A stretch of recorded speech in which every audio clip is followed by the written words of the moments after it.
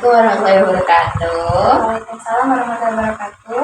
Hai, dengan Mbak siapa ini? Cantika. Oh, Mbak Cantika. Apa kabar? Alhamdulillah hari ini baik. Tadi kesini naik apa, Mbak? Aku tadi kesini naik ojek. Oh, naik ojek.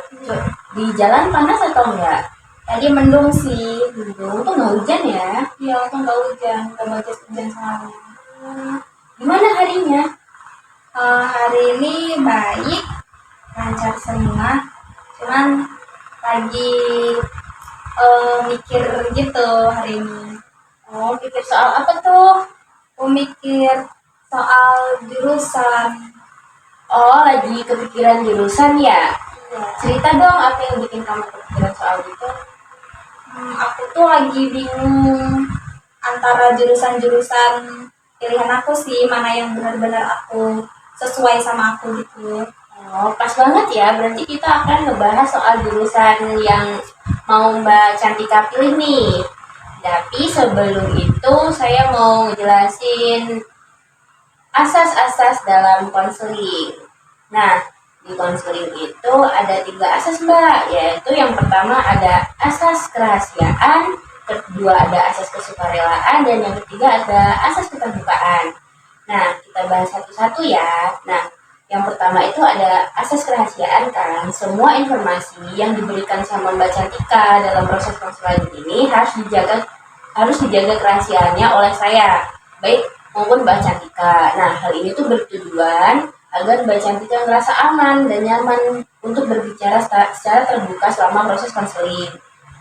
Nah, yang kedua itu ada asas kesukarelaan, di mana proses konseling harus dilakukan atas dasar kesukarelaan, baik dari pihak konselor maupun dari pihak klien. Nah, Mbak Cantika kesini dipaksa atau sukarela nih? Aku atas kemauan sendiri. Alhamdulillah ya. Nah, yang terakhir ada asas keterbukaan, di mana Mbak Cantika diharapkan bersikap jujur dan terbuka dalam menyampaikan masalahnya. Oke, kalau setelah saya menjelaskan asas-asas konseling tadi, saya akan menyebutkan lagi kontrak konseling kita. Nah, di konseling ini kita hanya mempunyai waktu selama 45 menit.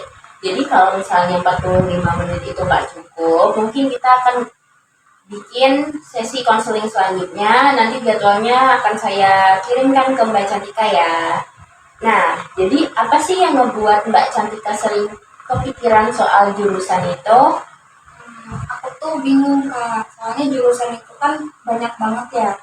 Jadi aku bingung sama kurang yakin sama jurusan mana sih yang cocok sama aku. Oke, makasih ya udah cerita. Nah, milih jurusan tuh emang hal yang besar ya, kayaknya susah banget karena nyangkut ke masa depan kamu. Kalau boleh tahu, apa aja nih jurusan yang ada di pikiran Mbak Cantika sekarang? Aku kepikiran 3 jurusan. Apa aja itu? Hukum, terus sosiologi, sama psikolog. Wah, itu pilihan yang kayaknya menarik banget ya.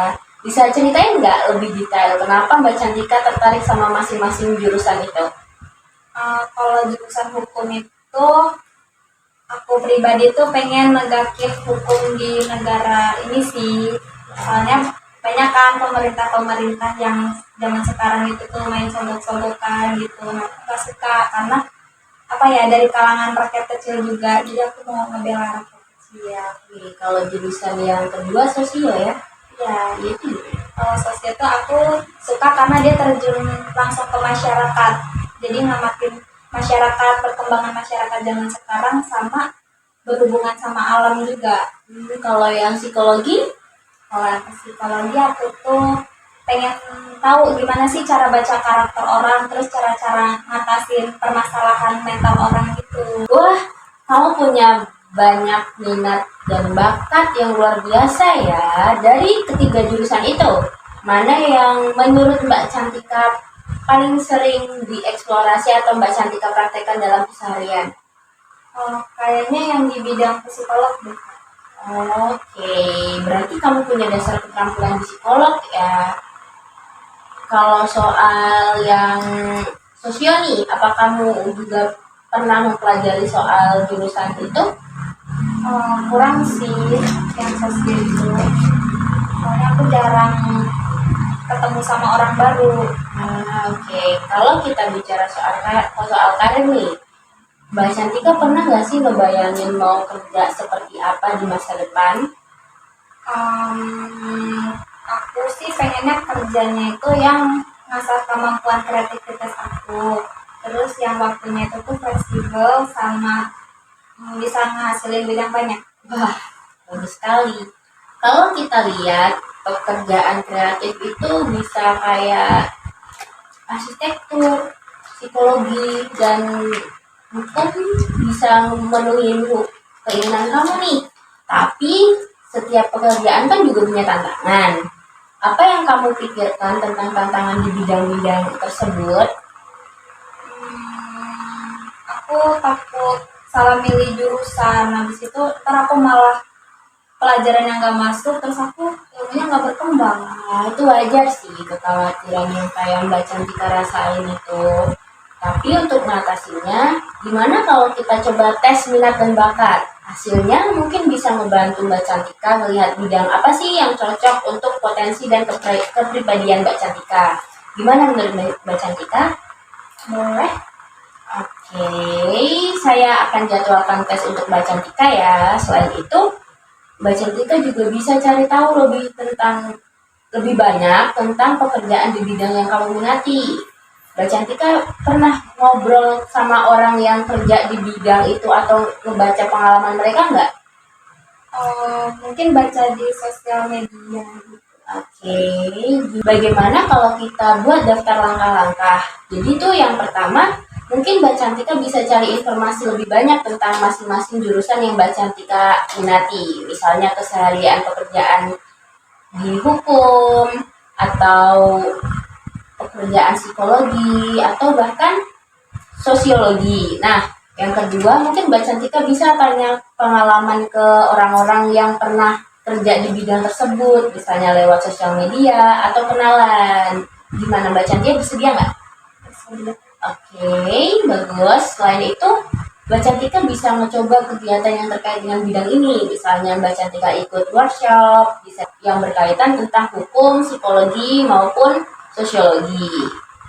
Oke, nah, saya akan carikan informasi untuk Mbak Cantika. Jadi rencana kita sekarang, mungkin Mbak Cantika akan ngikutin tes minat bakat, lalu mencari informasi tentang pekerjaan di bidang yang Mbak Cantika minati, dan ikut kegiatan terkait jika ada kesempatan. Gimana, setuju nggak?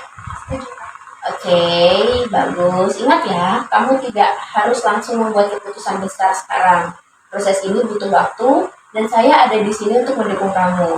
Kalau ada yang ingin didiskusikan, jangan ragu untuk bercerita ya. Makasih banyak ya Kak ya. Oke, sama-sama. Senang bisa membantu Mbak Cantika. Semangat ya Mbak Cantika. Saya yakin kamu akan menentukan kuliah yang terbaik untuk masa depan kamu. Oke, jadi karena sesi konseling ini sudah berakhir dan kita udah nemuin jalan selanjutnya untuk membuat Mbak Cantika nggak bingung soal jurusannya. Jadi saya tutup kegiatan konseling pada pagi ini ya. Oke.